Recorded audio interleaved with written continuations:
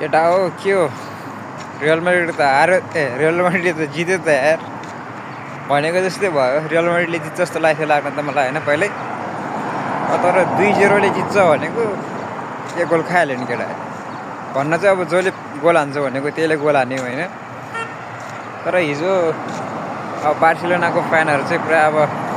हारे हुन्थ्यो भन्दै हेरिरहेको थियो होला बिचराहरू के गर्ने त्यसरी पुरै आफ्नो काम छोडी होइन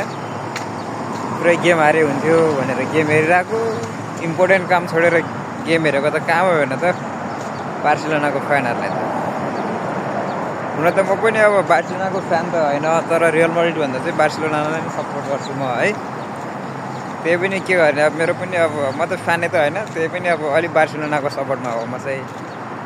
तर रियल मैड्रिडले जित्यो तनाव लागेको छ केटाहरू तिमीहरूलाई के लागेको छ भन है